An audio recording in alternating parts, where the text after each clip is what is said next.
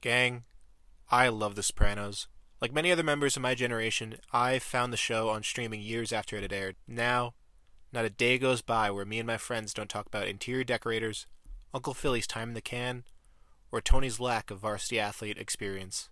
One piece of being a Gen Z Sopranos fan is that we aren't seeing the episodes live, airing week in, week out. Part of this is good, since it means we can fast forward through all the Father Phil scenes to get back to the cool stuff. However, that also means we never had the chance to live through some of the most iconic moments of the show as they were happening. Specifically, I'm talking about the show's ending. We've all heard the stories. Don't Stop Believing's playing, the family gets to the diner, and then a rapid cut to black. People really thought that their TVs short-circuited when that happened. Over the years, it's basically been confirmed that Tony is shot and killed when this happens. He is our perspective character. When he goes, so do we. That last season was a real downer. In part, it's because the show creator David Chase didn't like how much the audience sympathized with Tony down the stretch. That's why there's basically no color in that last season, especially when you compare it to seasons 1 and 2. Just look at Bobby Bacala's funeral. We see what the FBI sees. These grainy screens only show us hardened criminals instead of the colorful characters we'd come to love over the years. But my question is, was this the right way for the show to end? It's certainly the right way for season 6 to end. They even foreshadow the cut to black when Tony and Bobby are on the fishing boat. However, I don't think it capped off the series as a whole. After 86 episodes of TV, The Sopranos was about something, and the finale failed to say anything about that something. So what was The Sopranos really about? How could the ending have been saved? And why did David Chase ultimately go another direction? Let's find out. First off, let's talk about themes. The Sopranos is about a lot of stuff. It's about America, it's about gender, it's about religion, capitalism, crime, life, death, you name it, The Sopranos talks about it. You get my point. They had 86 episodes, there was time to fill. But my question is, was there some kind of super theme that fully encapsulated the show? There is. For me, The Sopranos is fundamentally a show about the loss of traditions in the modern world. What does that mean? Who is Tony? He's an Italian American, he's a father, and he's a mobster. Tony has expectations to meet and traditions to uphold, all related to those identities. Neither of which he does very well because the world has changed. As a family man, he's supposed to remain loyal, and he doesn't. As an Italian American, he's supposed to uphold his culture. He doesn't. And as a mobster, he has to look out for his crew above all else. He doesn't do that. Consistently, Tony only looks out for himself and doesn't do what the old ways instruct him to do. Almost like a regular American. That's not just his problem, it's the world. Remember the line from the first episode? Tony came in at the end. The best is over. Tony clashes with the people and the ideas that came before. That's why he lives in this gaudy, expensive McMansion that attracts all kinds of attention, rather than the more humble and deceiving home where Uncle Junior lives. Think about the main antagonists of this series. Phil, Junior, Richie, Feech even. What do they all have in common? They're older mafiosos who feel disrespected by Tony and his generation. That's why he goes to therapy, despite the practice being incompatible with his underworld life. So what does this have to do with the ending? In every piece of mafia fiction, we encounter the idea of omerta.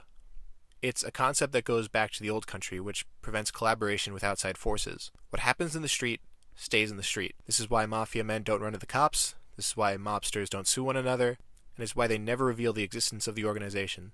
That's the practical way that omerta works in most mafia fiction, but it's this much larger thing where the problems of the street stay in the street. Matters are handled internally, with dire consequences for those who break the code. Why do I bring this up? Because Tony should have snitched. Now I know what you're going to say. Tony wouldn't flip. It's against his values as well as the values of the mafia. But that's my point. Tony shouldn't care about the mafia's values because he has no values. Over and over in the series, we see Tony feign identity when it suits him and discard the values of that identity when it doesn't. He's a devout Catholic when he wants to discriminate against gay people, but loosens his convictions when it's time to cheat on his wife. He's a commanding leader of his men when it's time to pick up an envelope, but also quick to show favor to his immediate family. He's proud of his humble immigrant family roots, but also scams an affordable housing program. This is a guy who's only out for himself. There's not a doubt in my mind that he should have cut a deal in the final season, just as the consequences of his actions started to pile up. Heck, it's not even that far-fetched. It's already in the show. Because Tony does violate his oath.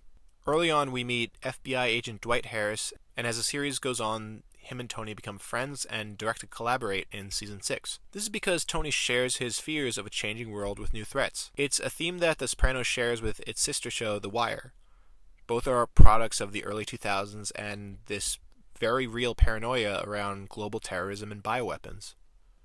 When any threat can emerge at any time, the old local mobster or street criminal is almost comforting. They exist in simple cliches that, while legally wrong, are simpler to understand. Even still, by working with Harris, Tony violated his oath. So I think we then get to the question of why. Why didn't David Chase end the series this way? I have two main theories. For one, it'd be too similar to Goodfellas. The show already borrowed half the cast. Going any further would be a bit much. However, more importantly, I think the answer lies in an early season 1 episode. After Tony is shot by Junior's assassin, Agent Harris approaches him and suggests cooperating with the government. Carmela even seems to like the idea. Tony replies by saying, "What do you want to do? You want to move to Utah? Be Mr. and Mrs. Smith?"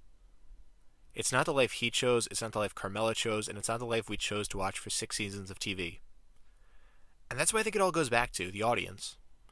The Sopranos has this very awkward relationship between its creator and its fan base that's probably its own video. But as I said at the top, we as fans love the memes and the quotes and all the surface elements of the show.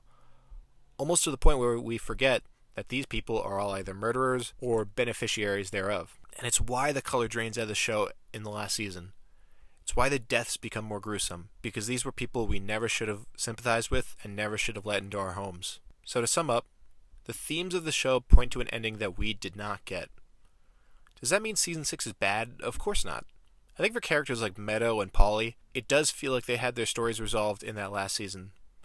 Still, I think we were robbed of an ending where Tony collaborates with the feds, rats out New York, the much larger family, and retires into civilian life with his money and little else. Actually, we might have already gotten a look. In summer 2010, the New York Knicks were one of many teams vying for LeBron James' signature at the open of free agency. To put their bid over the top, the team produced a video featuring multiple celebrities trying to get the all-star forward to sign with the Knicks. 2 of them were James Gandolfini and Edie Falco. Tony and Carmela are shown living in New York City as part of the Witness Protection Program. It depicts the couple looking for a new place where their friend LeBron might want to live. It's cheesy and was an urban legend for years until being discovered and leaked by Pablo Torre last year. It's really hokey, but for me, this is the show's true ending. After a life filled with deceit, crime, and debauchery, Tony finally reaches his lowest point, working for James Dolan.